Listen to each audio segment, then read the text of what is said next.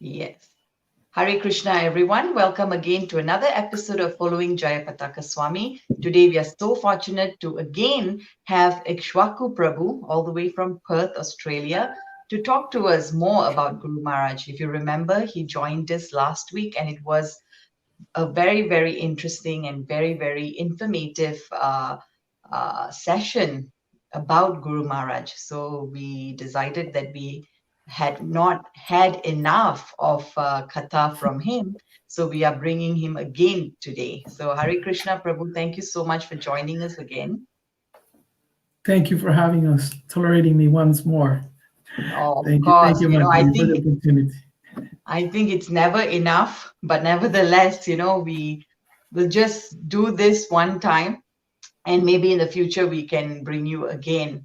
So, Prabhu, today we want to discuss a little bit more about pastimes in Mayapur specifically, because I understand that you were with Guru Maharaj, in the 80s in Mayapur. And I thought it will be a very, very interesting topic to dwell into. So, for the first question, Prabhu, I understand that in the early days, there was a very small group of disciples, and on top of that, there was also a very small group of disciples of Guru Maharaj who lived in Mayapur. So these days, we have thousands of disciples, whether it's in Mayapur, when Guru Maharaj comes to the US, it's also a big entourage. So the small group sweetness might not be there. There are other type of sweetness now. Guru Mhm. Maharaj, there's always sweetness around him. But we want to know more about your experience with Guru Maharaj and our God siblings in the early or in the 80s in Mayapur. Can you tell us a little bit about that, Prabhu? Thank you. Okay, thank you. First of all, my obeisance to all of you, Srila Prabhupada and our Guru Maharaj and all the spiritual masters representing Prabhupada in this movement. I consider myself a very fortunate and insignificant parrot-like or monkey-like who happened to be there. And I don't know why. It's just the mercy of Guru Maharaj that he allowed me to go and live with him in those early days of my spiritual life.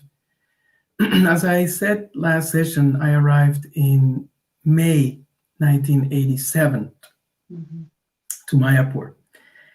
And what I observed there, of course, we have seen him in his glorious way of preaching, practicing, relating to devotees in South America. But when I saw him in Mayapur, it was very impressive, the magnitude of his vision, of his personality. And something that also caught my attention is the love that the Bengali devotees had for him. Yeah.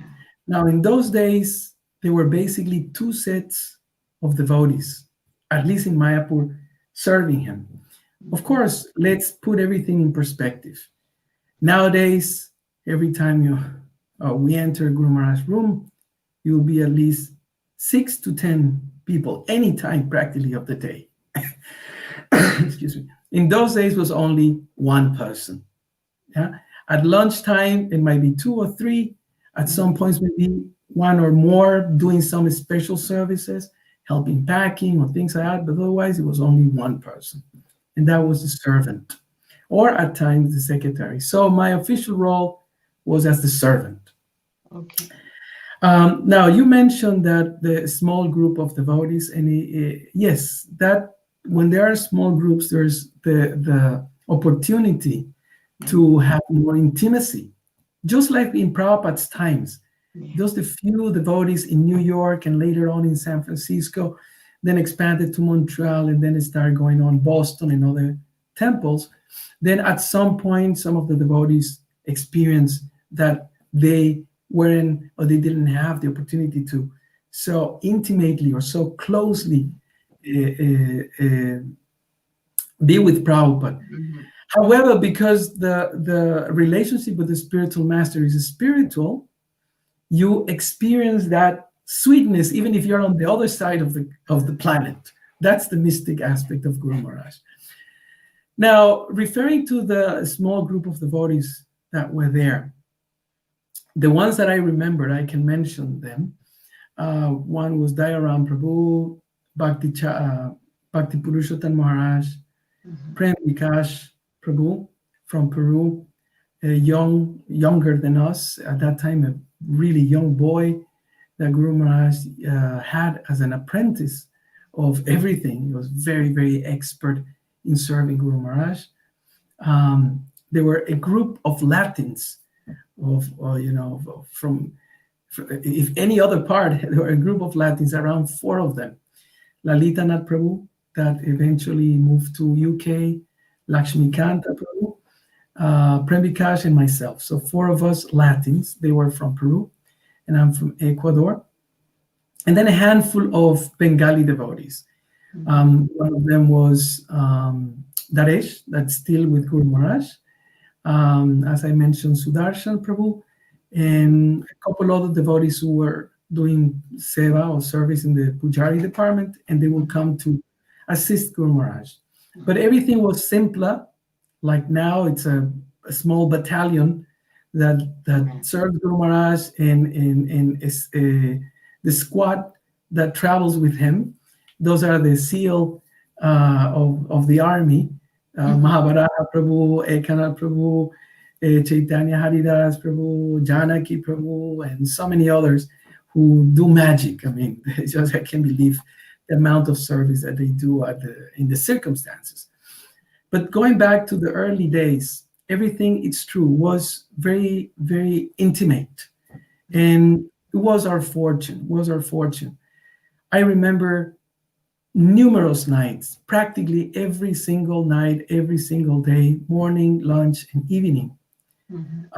Most of the times will be one person, and that person would be mostly me, because I was officially the servant. And as I mentioned, some of the others will come around. Ganga Prabhu was serving in the south, but when the festival time will come, he will be there. Also, Faneshwar Prabhu from Germany, who now lives in Mayapur, also will provide services to Guru Maharaj. Ganga Prabhu, Arjunanath Prabhu, another Italian devotee, he also will come and do service. He's a very strong bodyguard. So, he's a tough person. And like that, it will be different people that are according to the circumstances, whether we were going on safari or the festival was coming or something like that. They will appear and they will do specific services for Guru Maharaj. But otherwise, throughout the year, it was very quiet, or comparatively quiet with how it's now. So just a little bit, just to take you a little bit into those intimate moments, I was remembering some of them.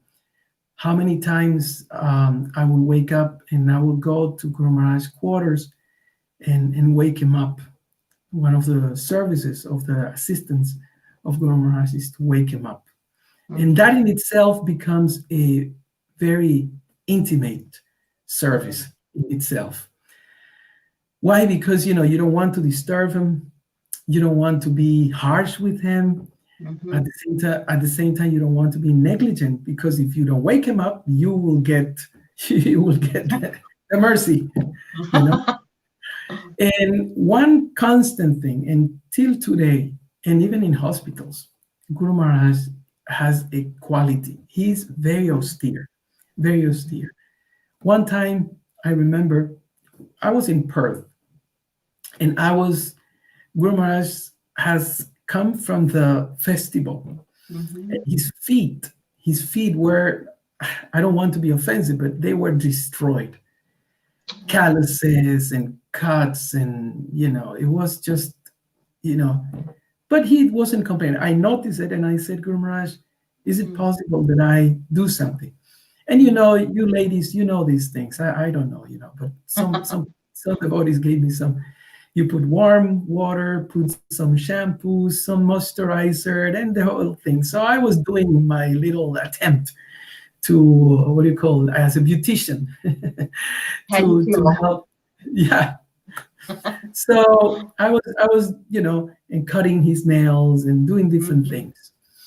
And Guru Wow. Maharaj was actually working. I remember he was typing away, and he allowed me to Mhm. explain. He says, "Yeah, just go ahead." So he was doing, and I was, thinking, "Wow, so fortunate I'm here," and I was by myself at that moment. Mhm.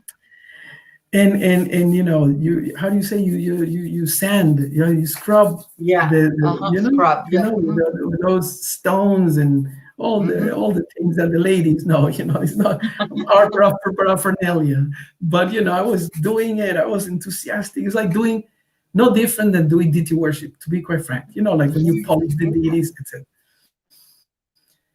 And I was immersed in the nectar, and I was thinking, I'm so fortunate. Guru Maharaj is so merciful.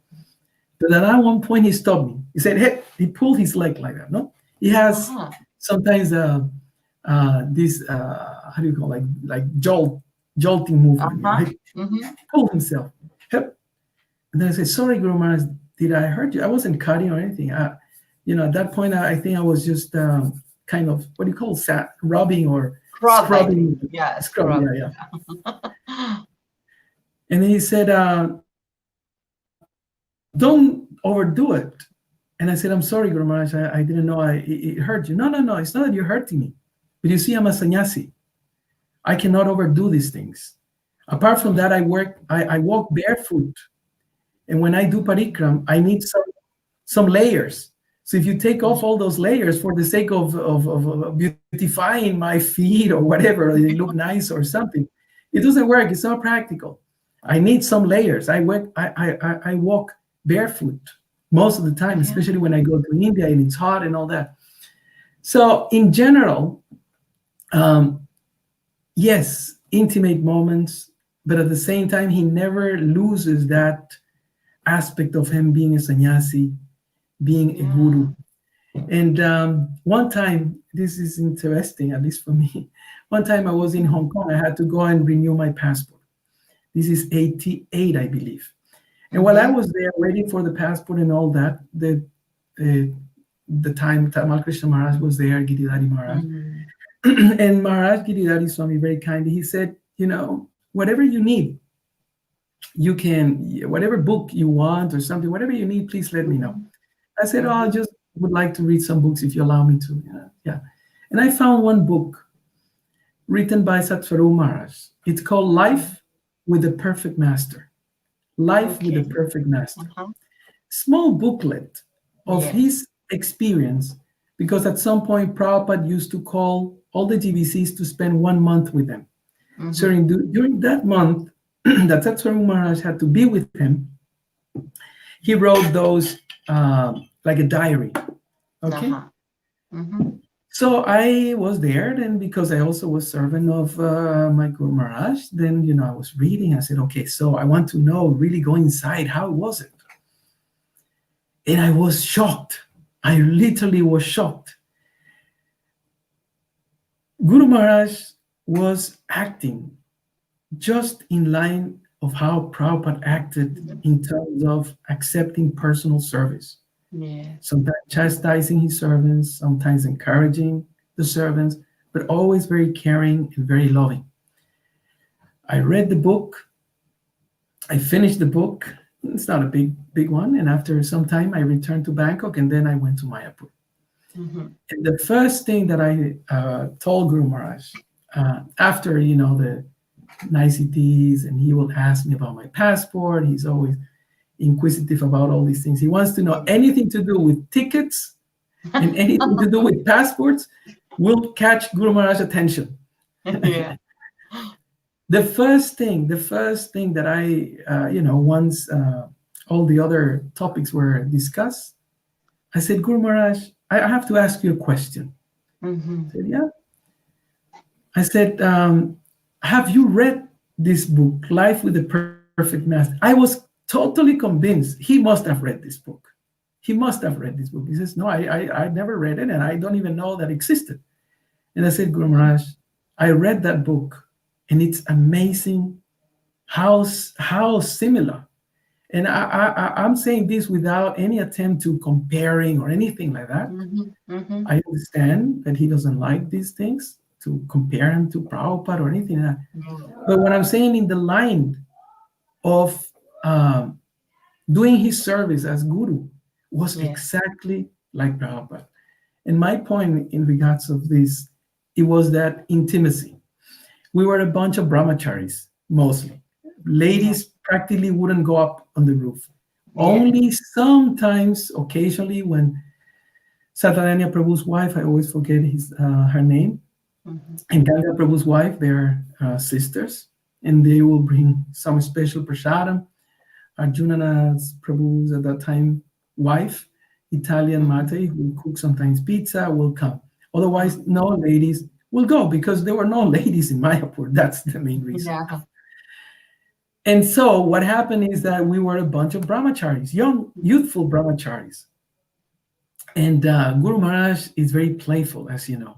So sometimes we will be standing there doing different things, and he will come and punch us in our arms, and then he will say, "No, you think you are too tough?" No, he will punch us like this, no, or he will grab sometimes Daresh. Daresh is quite short, and he will shake Daresh, and he will say something. It Oh, always so much fun, so yeah. much fun. Even I remember when he will chastise us. Sometimes he will chastise us heavily for doing so many bad things, blunders. But he will never really lose his cool. He was Yeah. always fun. Now, I mentioned the pastime of the flood last time, and Yes. and I don't want to go again into that one, but I want to say something in regards of Sure. my favorite pastimes, if you may ask. My Okay. favorite pastimes, in that sense of intimacy with Guru Maharaj, is going to the Ganga.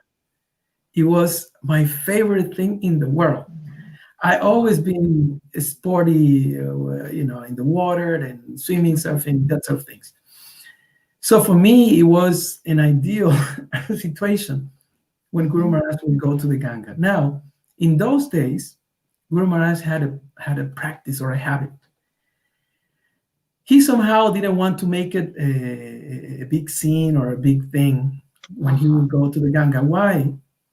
Because you see, the more people that goes, the longer would it take to That's right. go bathe and all Mhm. that. He has to interact with people, photos, and so many other things.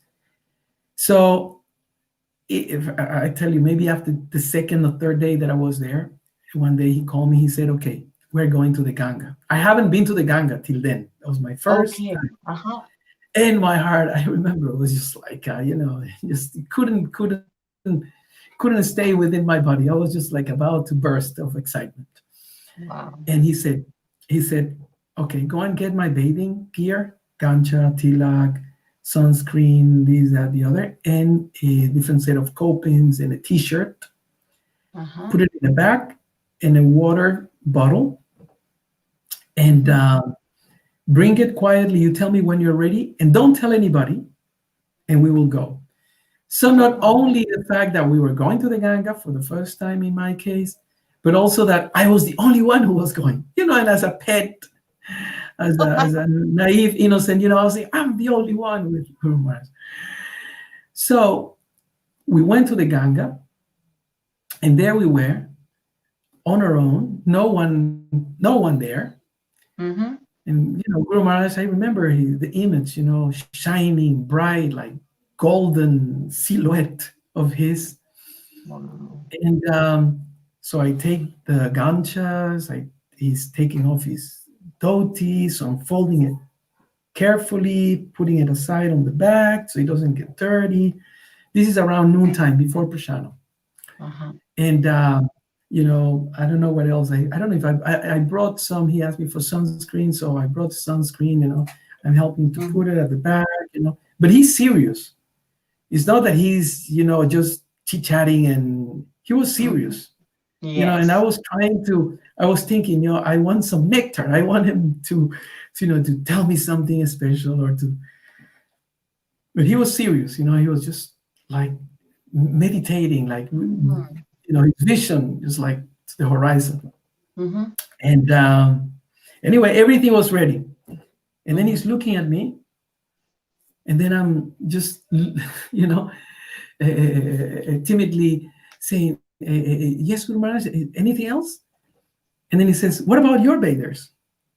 Didn't you bring anything to bathe with?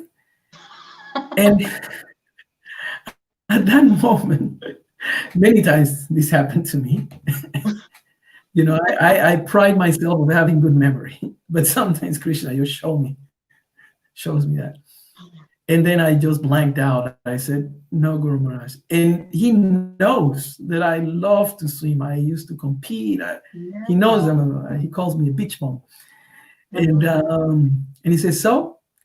And I said, I was thinking, quickly what to do. And he said, okay, you wear copings? I said, yeah, well, all brahmacharis wore copings in those days. I said, yes, Guru Maharaj. Okay. He says, the Goswamis will will bathe in copings. The sadhus, the babas, they swim in copings. And I just looked around to see if there's anybody. Of course, there's nobody. Empty. And then I say, well, Guru Maharaj, if it's not offensive, and you say, no, it's not offensive. He says, just take your clothes and you come in your copings and you will have like a sadhu bathing, And there we were. And then he went to the Ganga. He started taking the mud, started putting his mud, the Ganga mud on the shoulders. And I, attempted to very careful because you see, in those days, I was only 3 years in the movement at that time. And so we were new. And although we had a lot of attachment for him and all that, he also was training us. I could see how he was training us. He was, giving us that discipline that, we shouldn't take the spiritual master cheaply. And, yes, and then he was chanting Gayatri, how it is explained that if you chant Gayatri, have your waist with water, it's more auspicious. So he sat there and then he indicated like that, like I should chant my Gayatri. So I was chanting my Gayatri. And as I often say, these are some of the most precious memories. Guru Maharaj, I was the only one there. And so he could see how happy I was doing that service. So we did so many of those. And then the other addition to that is that he would want to go for a bike ride. Yeah. So he would get the bikes ready. He used to have, I remember, so that was the first one. And the second one, I never forget this one. The second time we were going, so I was relishing, we're going. And then he told me, don't tell anybody about this. Meaning, because otherwise people will start following. And again, he just wanted to go have a dip, chant his Gayatri, put some mud, and, change clothes, come back, take prasad, and that's it. Ganga break. The second time he told me, go and get the bikes. He had a German made bike. And again, so there I was, Fanishwar Prabhu had brought that bike from Germany. So I was preparing the bike and everything, see that everything is all right, okay. So I got the bike behind the long building, I think it was, or in front of the long building, forgot. And Guru Maharaj comes out and he says, okay, so shall we go? And I said, yes, Guru Maharaj. Again, the same stupid mistake from my part. He looks at me, what about your bike? What are you going to do? I ride fast. You're not going to be able to catch up with me. And then I said, I don't have a bike, Guru Maharaj. And then there were I don't know what was gardeners or the guards, a few security people maybe there. And there were some bicycles there. I don't know whose bicycles were there. And I looked at him and he said like, okay. So I just took any bike and I just took off with him. And we went to the Ganga to do our Ganga Snan and all that. Yeah. So like that, many of those pastimes that were very intimate. When he woke up, sometimes he will tell us dreams like that. Just for that moment to gather his energy to stand up and go to the shower. He will sit there, very, very austere. Guru Maharaj is still now. It's very austere. It's amazing how if I would be in a situation like I would sleep the whole day. but he wakes up and he chants and he's constantly, you know. And yeah, I remember once a storm came. The first time I saw Mhm. this a storm, I thought this is a, like a hurricane or something. It was Yeah. breaking windows and everything. Mm-hmm. And some of the servants, a friend of mine, a Latin American devotee, had the job to close the windows and lock them. Mm-hmm. They have different lock, but he somehow didn't do it. Okay. So the storm came, broke a few windows, and his Vyasa-san, I remember Guru Maharaj Vyasa-san was on one side where he gives classes now, Mm-hmm. was next to that wall. It Uh-huh. flew, I'm not exaggerating, it flew all the way where the water tanks are. It flew. The wind just picked up and flew. So Guru Maharaj, the next day, he got informed that there was some breakage and in Mm-hmm. all over Mayapur, and he said to somebody that should make an announcement that when the storm comes, everyone should look. So we came up, and then he was checking the windows that were broken, the Vyasa-san there, and all that. And he says, why you didn't close the window? And the devotee says, Mm-hmm. no, Guru Maharaj, I closed it, but the storm was so strong that it shook the window and it opened it up. And Guru Maharaj looked at him. He says, never lie to the spiritual master. We all laugh because it wasn't our fault. The Guru Maharaj is very serious. He says, Yeah. never lie to the spiritual master.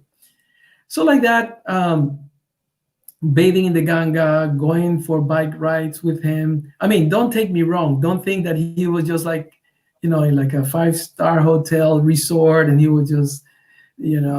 sunbathing, things like that. He was very practical. This was service for him. Yes.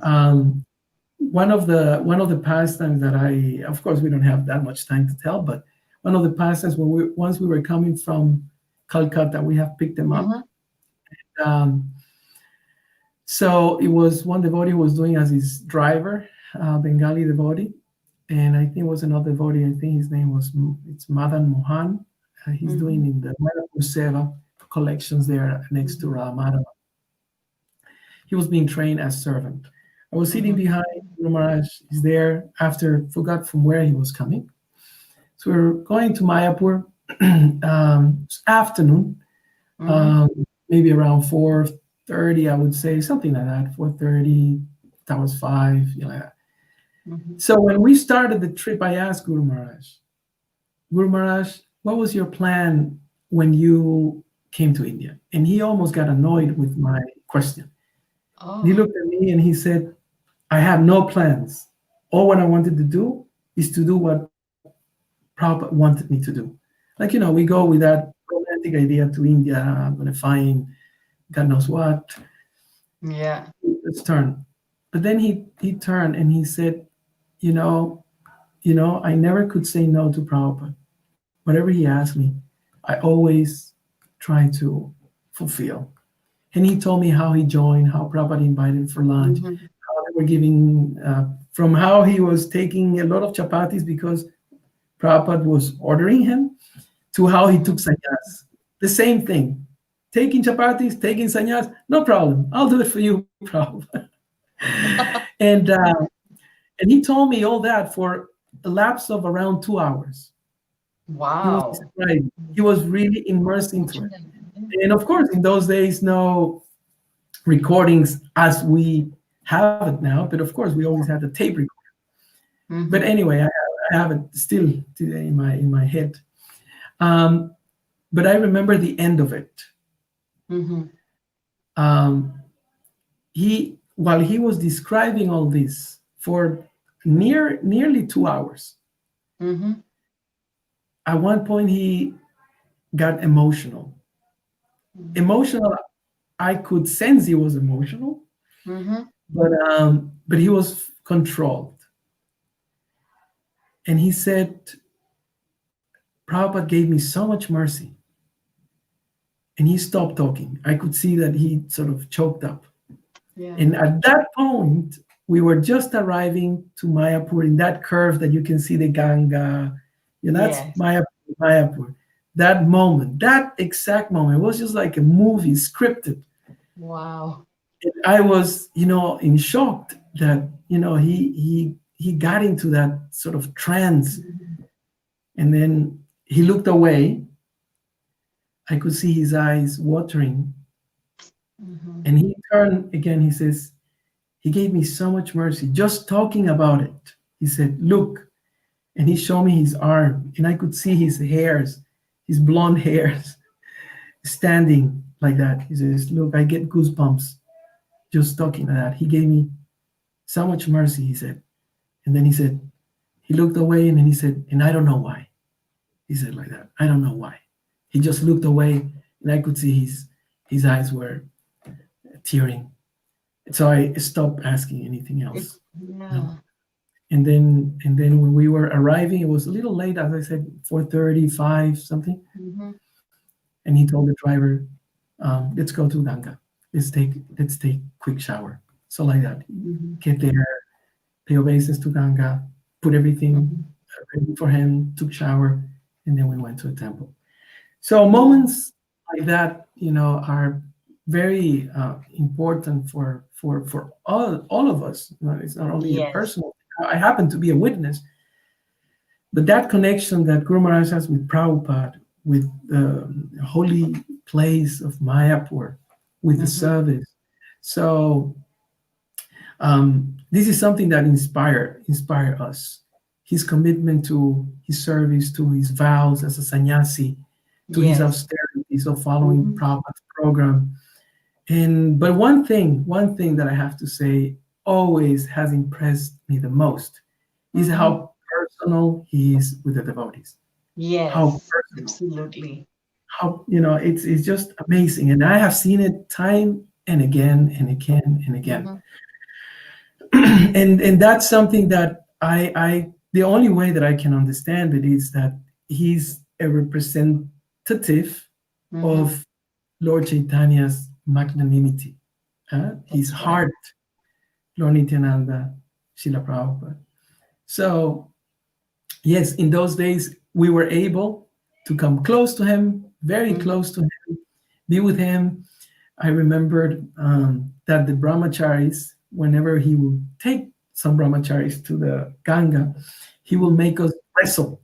He'll say, "Okay, you and you," and then we will have, and then we also have mud fights.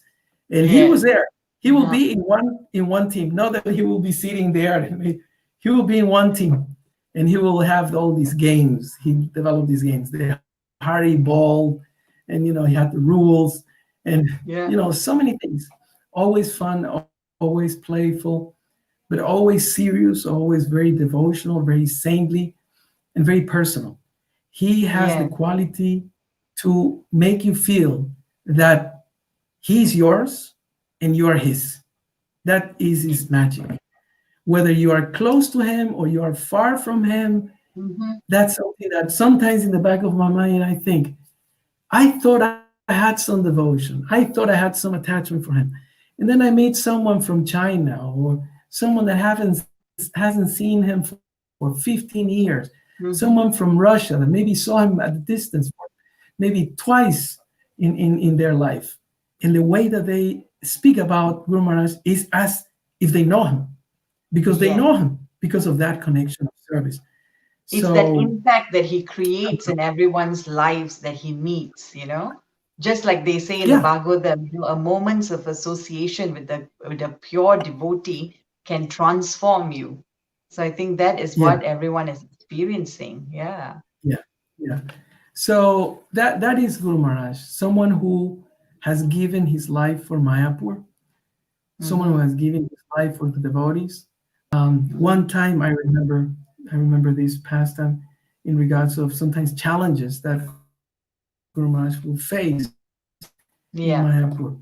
Of course, Yeah. the attack happened much, earlier than when I Mm-hmm. came. Happened once when Prabhupada was there, Okay. and it happened later on. Mm-hmm. Mm-hmm. But one night we were there, and it was around 2 in the morning, Mm-hmm. 2 in the morning, 2, 3 in the morning. And they say that the Gundas have come to steal some of our cows. So the Goshala was where right now it's there, but of course the road wasn't there, and it wasn't all the facilities and the development that are there now. This was amazing. Guru Maharaj stood up in his gamsha, the long gamsha that he used Yeah. to sleep on, and like in a t-shirt. He ran. I said, I think I dared to say, wait, Guru Maharaj. He ran. While he was running down the stairs, he was giving orders in Bengali to some of the devotees. And he says, give me a stick. And he was running towards the fields. And we were running behind. I forgot who else was there. I don't know if Prembikash or Daresh Prabhu or someone. And I was trying to run behind him to just, he didn't wait for anybody. Like when Prabhupada says that the king goes in the front line of the battlefield, I saw him in Gamsha, I don't know if it was barefoot, I forgot that, 2, 3 in the morning, running with a big stick, like the Bengalis do, right? They run with a stick. Yes. He was running, and I remember the devotee who was in charge of the Goshala, Brahman Prabhu something, forgot, a big fellow, also joined him, and he started talking to them in Bengali, and everyone went with the sticks there, and there was a mistake. Somebody who was actually crossing our property that has been stranded, late, something, and then, okay. And then I remember I looked left, I looked right, and all the brahmacharis, Guru Maharaj in Gamcha and all the brahmacharis in their Gamchas, running towards the field to have a good stick fight, stick and stones. And I was just thinking to myself, right? He's a sannyasi of one of the highest caliber, a guru, a leader, a pillar of our movement. He's someone who can relate with, dignitaries of around the world, spiritual people, materialistic people, whatever it is. Yes. And here he was in the fields of rural West Bengal with a stick in hand, willing to go head to head against people who were attacking our property. This is Guru Maharaj. Yeah. This is the Guru Maharaj that I saw in the flesh, as they say. So many instances like that where I thought, wow, he's hard. And it's not only a nice person. It's not someone that only smiles.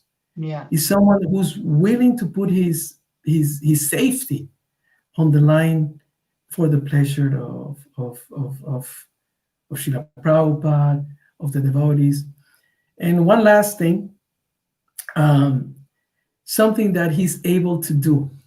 And I remember that, when we were in Mayapur, the Bengali devotees, it's like Guru Maharaj is ours. That was the mood. Right? So my name is Ikshvaku, as you know, but the Bengalis say Ikaku. Prabhupada also says Ikaku. Ikaku Maharaj, he will say like that. So Guru Maharaj said, when you're with the Bengalis, you have to be Bengali. You have to become one of them. Yeah. So, I was eating with them, I was joking with them, playing with them. I learned a little bit of Bengali. And, Guru Maharaj is big, and the Bengali standard or average size is smaller, right? Yes. So even though that much of a physical differences, he used that in order to, I would say, enhance the love that they will have for him. We will go to the Ganga, and then he will float, right? And then somebody will try to touch the feet, somebody will hold them, and they will try to lift him up, right? And he will allow himself to, to be played with. And you will have, 20 devotees struggling to carry him. But he's happy doing that. Then, we will go up to the temple or after a festival, and then we'll climbing up the stairs, and then he will do like he's falling, and then the Yes. devotees will come Yeah. and grab. I remember with the stick how they used to. So he Mm-hmm. doesn't miss a chance to make you feel that he's yours and you are his. You know, Yes. I remember. I remember now. Some memories are coming. I remember once Guru Maharaj is walking in the morning. Japa Mm-hmm. walk and a few devotees Mm-hmm. around him, 12, 15, something like that. And one old friend of mine from Peru had arrived, Mm-hmm. and he was coming behind. And I saw him, hey, Prabhu. And then, hey, Prabhu, how are you? And I, went and talked to him. We Mm-hmm. were talking behind Guru Maharaj. And I was talking, but I was looking at Guru Maharaj and saying, how are you? When did you come? How long are you going to stay here? And how are things and this and that? And where you're staying and all those sort of things. And I noticed that Guru Maharaj turned like this. He was walking, Uh-huh. but he turned. And one of us always had to be there. At Mm-hmm. that time, we didn't have shifts. So he told me, you have to be 24/7 with me, Yeah. 24/7. Personally, he told me. So he turned like this, and but he carry on. And then I sense, Guru Maharaj maybe wanting something. So I said, Prabhu, Yeah. wait. I think Guru Maharaj wants something. So I went up to him and I said, Guru Maharaj, Acharyapat, do you need anything? Do you need something? And he told me, always on my left, like a general telling a soldier, always on Yeah. my left. Mm-hmm. He had Mm-hmm. given me the instruction. You always by my side. You go to bed after I go to bed. That's Shastra, actually. I learned later. And you wake up Yes. before I wake up.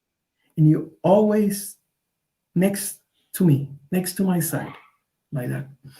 So when I was in Ecuador, I had some responsibility, temple president, and for some time he put me as a regional secretary, just for a few months, Mm-hmm. because the person who was occupying the post had to leave. So I was by default or interim. Mm-hmm. All I right. was the Mm-hmm. regional secretary. I was just a young boy. But anyway, after I was serving him a couple of years, I remember one day he was having lunch. Banu Swami, maybe Bhakti Prasanna Swami, Bhakti Vidya Purna Maharaj, Pravish Maharaj, his closer group of sannyasi associates Mm-hmm. were having lunch with him. And one devotee was doing chapatis in the corridor where we leave the shoes up there in the roof. We had a little stove. Mm-hmm. He had a little stove. And he was doing the chapatis, how Guru Maharaj rates the chapatis. So this devotee Yeah. was a pujari, senior pujari. He was expert at doing chapatis. So he was bringing the chapatis. And Guru Maharaj says, no, a little bit hotter, a little longer in the fire, and all that. He's expert for that. And what we used to do is that with our chadar, we would cover the chapati so the chapati wouldn't get um, cold as you do. Uh-huh. You wrap it, like that. Yes. So we Mm-hmm. were bringing the chapatis after another, one after another. So my chadar was actually being, what do you call, it was getting dark because of Uh-huh. burn like that. So he would hit it. He showed me how to hit it and then cover it. So I was bringing. Mm-hmm. So it's all dark, black, stained. And I didn't realize. So I was just bringing the chapatis, more Uh-huh. chapatis, more chapatis. Bengali means chapati. Mm-hmm. So at the end of it, Guru Maharaj says, I'm good. No more chapatis. No, so I told Prabhu, no more chapatis. Okay, so then we were serving things. And then I kneel next to him to serve something. And then he said to the Maharajas, you know him? And some Maharajas said, like, yeah, like kind of they have seen me or something. Uh-huh. He's with us, with you, the king of Ecuador. And I was all dirty, Oh. each other. Oh, with you, the king of Ecuador. And everyone, of course, laughed. The same thing once we were in Puri, and we were serving prasad, Mahaprasad from Jagannath Mm-hmm. Mandir and Jagannath Puri. And and it was dark. We were in the Chaitanya mat, and Guru Maharaj told me, um, we use your dhoti to Mm-hmm. put under the pots. There were no lights, so there was only some candles. There were no lights. Uh-huh. And Guru Maharaj say, Ikshvaku, make sure you put your dhoti under the pots. Uh-huh. And he said it a few times, and I was thinking, oh, this is a bit strange to, I said, yeah, yes, Guru Maharaj, sure. When the light came on, the trick was that some of those pots are generally black because of the smoke when they are cooked. Yeah. So all my dhoti was black. So that's kind of a prank. And everyone was laughing at me. So that's It's just something that Guru Maharaj, Yeah, it's just you very know, amazing to hear all these pastimes because, like you said, Prabhu, Guru Maharaj is very austere. But whenever you're with Guru Maharaj, I think all of us, disciples can say that the mood, when Guru Maharaj stays in a particular residence, in someone's house, when he comes to other countries and on the rooftop in Mayapur, the mood is so joyful. Like you said last week, devotional service is joyfully performed.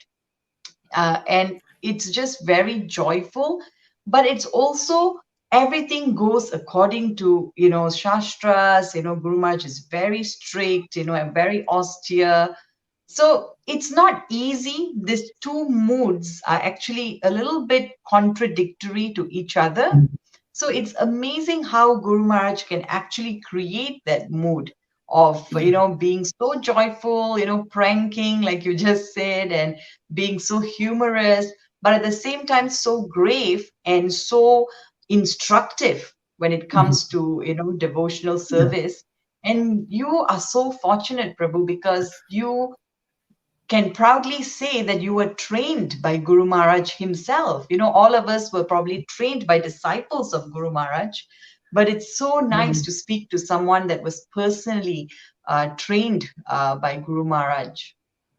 In regards of that, after I lived with him, I went back to Ecuador, and we had a national council Hmm. meeting Hmm. to the first Ratha Yatra in Ecuador. And I remember Uh-huh. this clearly. So Guru Maharaj was there. Um, so I remembered I was with him in the room, and the devotees, the different temple presidents and authorities were out there. And he said, carry on, tell them to discuss different things, and to bring out some points that they want some input from me. That was discussed is that we wanted that Guru Maharaj Hmm. would be there. So we wanted to arrange for the timing of the Ratha Yatra for when Guru Maharaj was able to visit us. But as Hmm.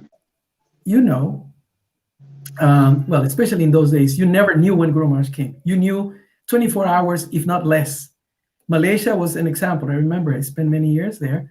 And we will say, okay, Guru Maharaj is coming tonight in this connecting flight. Everyone rush, doesn't matter what time. It was like part of the excitement, part of the program.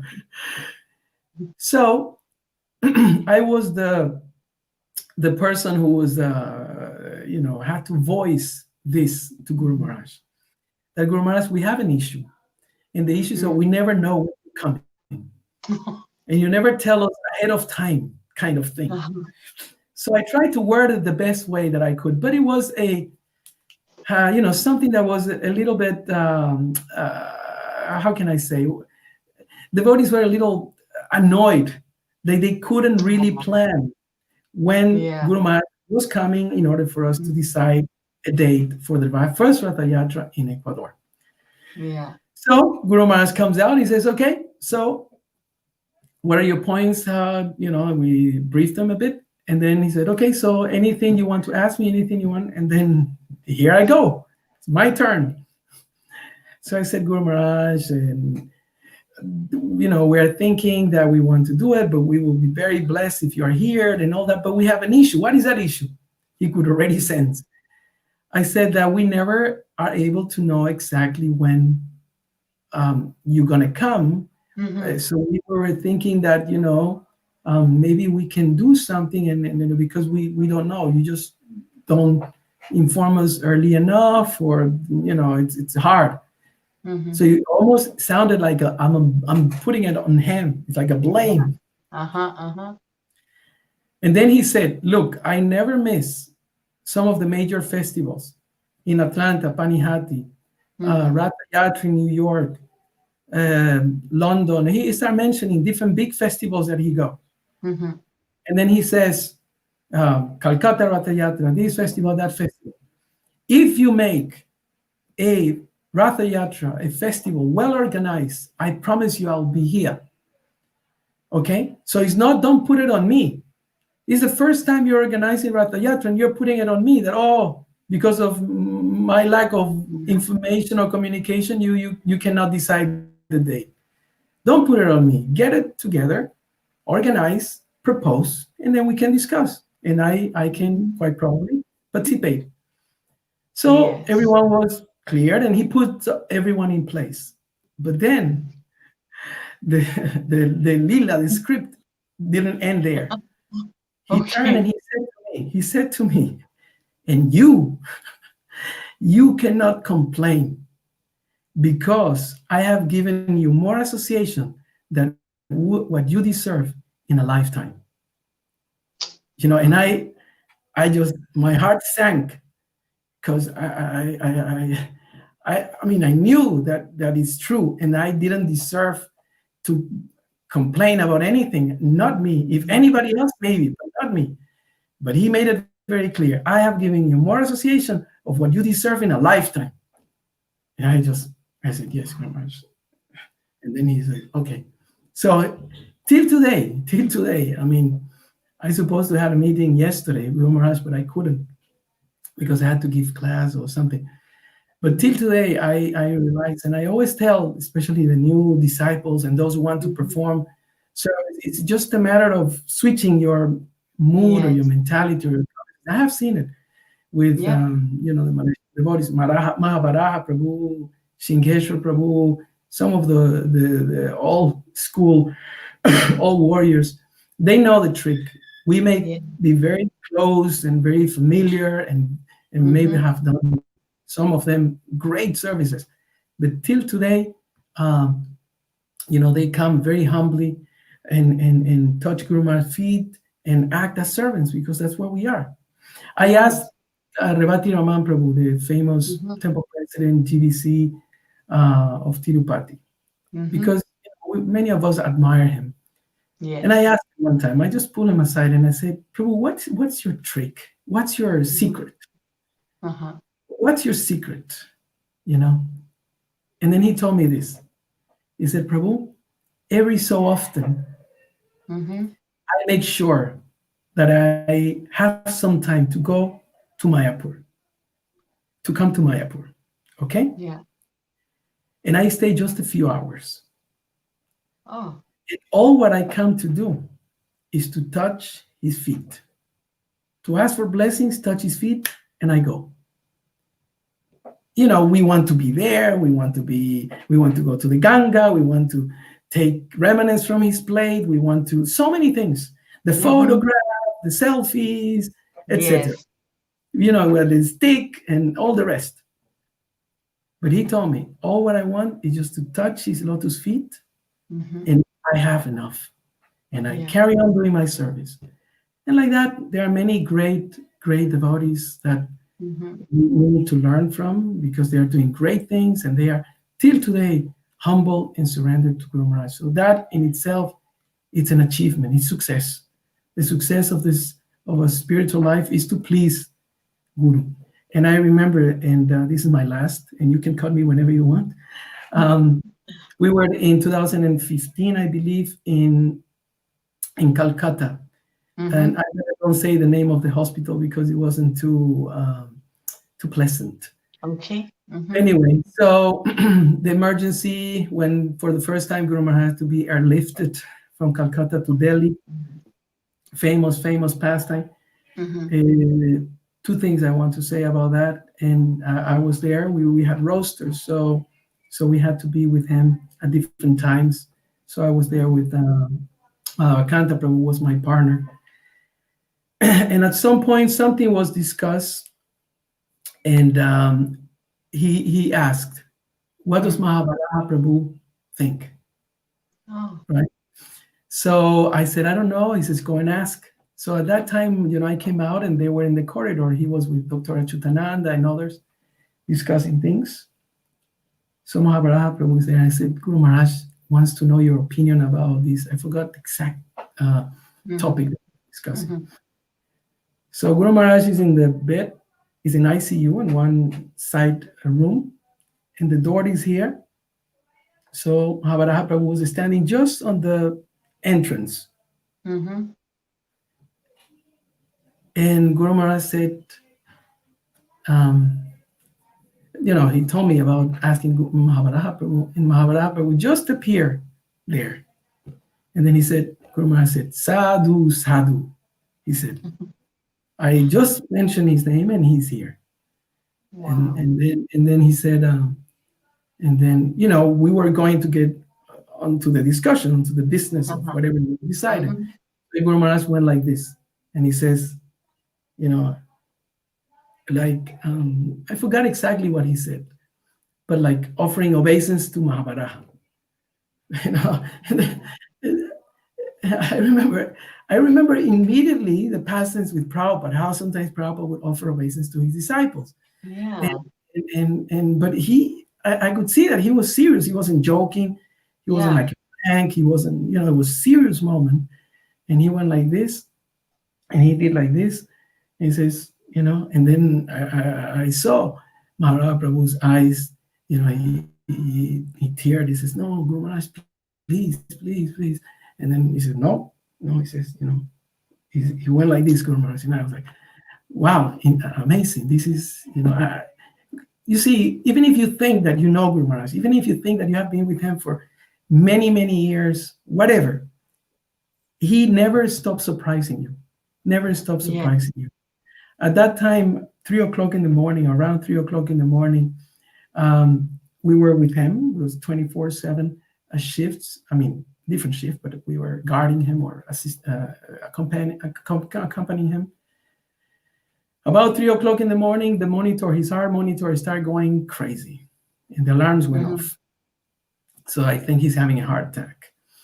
So some of the nurses came. They pressed the blue button. It was an emergency. Mm-hmm. So I told Mama, I can't go and get Mahabharata Prabhu, go and get the doctors at Chutananda Prabhu. I think Dr. Vinay already had joined us, has just joined us. Mm-hmm. So I went to him and I put my hand in his chest and I said, Guru Maharaj, please wake up. And then he woke up. Mm-hmm. I've told this story many times. So anyway, forgive me for repeating it, but I have to say it. And then I said, Guru Maharaj, it seems your heart rate is going off the charts. Uh-huh. Then he said, I was having a dream. And then I said, Mm-hmm. Guru Maharaj, I don't know, whatever was going on, but the doctors are coming. It's like it seems like you're having like a heart attack or something, Guru Maharaj. I don't know, what were you thinking? And then he said, I was in San Francisco dancing in Ratha Yatra, and Srila Prabhupada was there, and he was Wow. dancing, and I was dancing too. How can you tell that my heart slows down? I'm so happy. I'm dancing. I'm jumping up and down. And Prabhupada is dancing and jumping up and down. How can I, not feel this? And he was raising his voice. And I said, Guru Maharaj, please don't. So the doctor comes from ICU. And, they turn on the lights. Everyone is coming. Swamiji, what's happening? What's happening? And then I was having a dream. My guru, and he started explaining. Uh-huh. No, Swamiji, please go to sleep. Go to sleep. In 2 seconds, Guru Maharaj just went like, okay. And he closed his eyes. Wow. So, you see, he takes us in the material sense, Mm-hmm. like a roller coaster of Yeah. emotions. In the spiritual sense, he allows us to see. I mean, this is the little that I could see, Mm-hmm. but I know all the devotees, all the current servants, and Mm-hmm. Mahabharata Prabhu, Ekanath Prabhu, and so many of his close senior disciples, Mm-hmm. they have seen much more, but this is the little that I can see, and I'm eternally thankful to him, because this is the greatest thing that I ever experienced.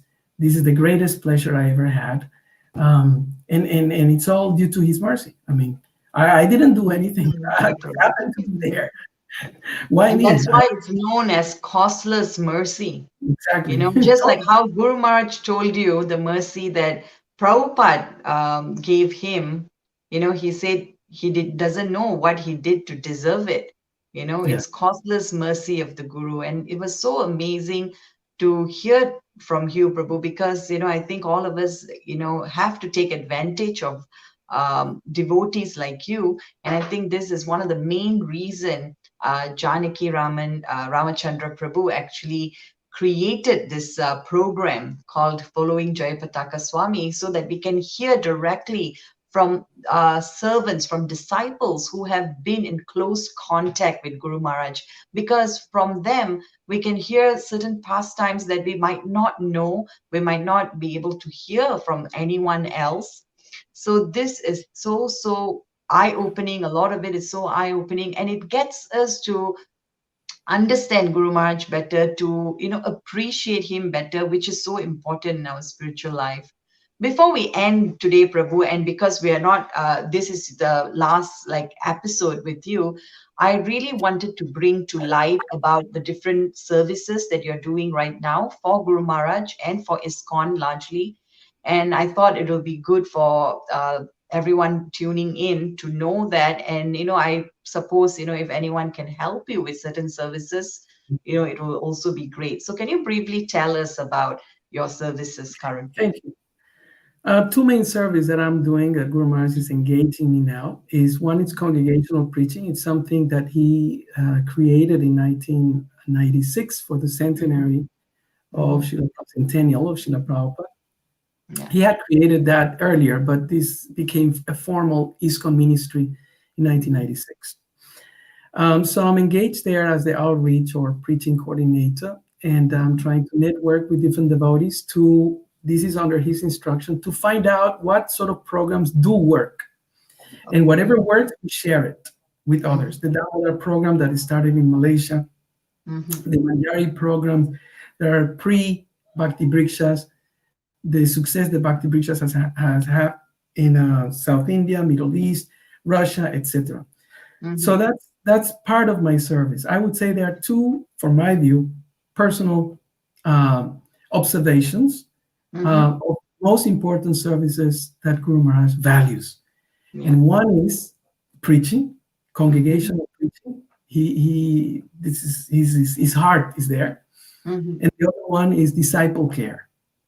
So Yeah. I'm assisting a little bit in disciple care with some work with different areas, European or South Americans. Or Hmm. so these are the two areas. So if anybody's interested in cooperating or Hmm. networking or sharing some of the programs that someone is doing or wants to do, then what we can do is to connect isconcongregation.com and send Hmm. us an email, send us a message. We are in Facebook, in YouTube, and in the web, and people can volunteer. We need translators, we need editors, proofreaders, videographers, editors of Hmm. social media managers, etc., etc.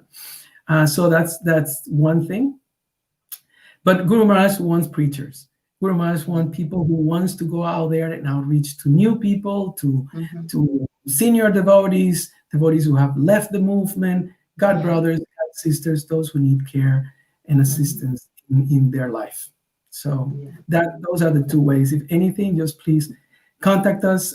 These are some of the projects. Guru Maharaj has 40 or more projects under Yeah. his within his portfolio in service to Prabhupada. So if anyone Yeah. is interested, please come in contact Yeah. and we And what would can. be the best way to contact you, Prabhu?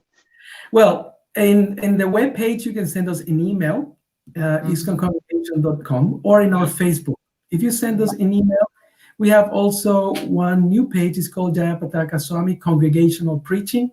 So you Hmm. can send us an email. I supervise those outlets, And then Mhm. depending on what is your volunteering, whether it's translations or writing or Mhm. editing or video, photo, whatever Mhm. area you want to contribute to Guru Maharaj, please. And helping devotees is also something that Guru Maharaj values very much. And he's looking out, he's scouting for those devotees who want to establish some kind of disciple care in their local Mhm. areas. So these are the two things. Wonderful. Thank you so much, Prabhu. My most respectful obeisances to you. And, it was, I personally am so fortunate. I think I've said this many times that I have this opportunity to spend my Sunday mornings, listening to this wonderful pastimes from all my senior God brothers and in the future, some God sisters. And talking about God sister, we do have our dearest senior God sister, Chudamani Mataji, who sent a comment. We shall read that comment before we end. She said, Hari Krishna Ishwaku Prabhu or Ikaku Prabhu, you are so fortunate. Hearing your recollections of your time serving Srila Guru Maharaj is so well expressed, full of nectar. We need to hear you more regularly. We disciples need to develop this process of bond with our Guru Maharaj. As for me, listening to you brings me more and more closer to Guru Maharaj. Many thanks, Chudamani Dasi. I completely agree with Mataji, and I think every disciple would completely agree. You are so eloquent, Prabhu, and I think you really said so many things that is so helpful to all of us, Guru Maharaj disciples. So I thank you for that. Guru Maharaj called me a Latin parrot.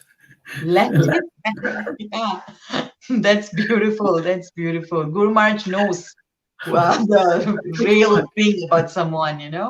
So thank you again. And we hope to, like, Chudamani Mataji has also said, we hope to maybe in the future bring you back because I'm sure you have a lot more to share with everyone.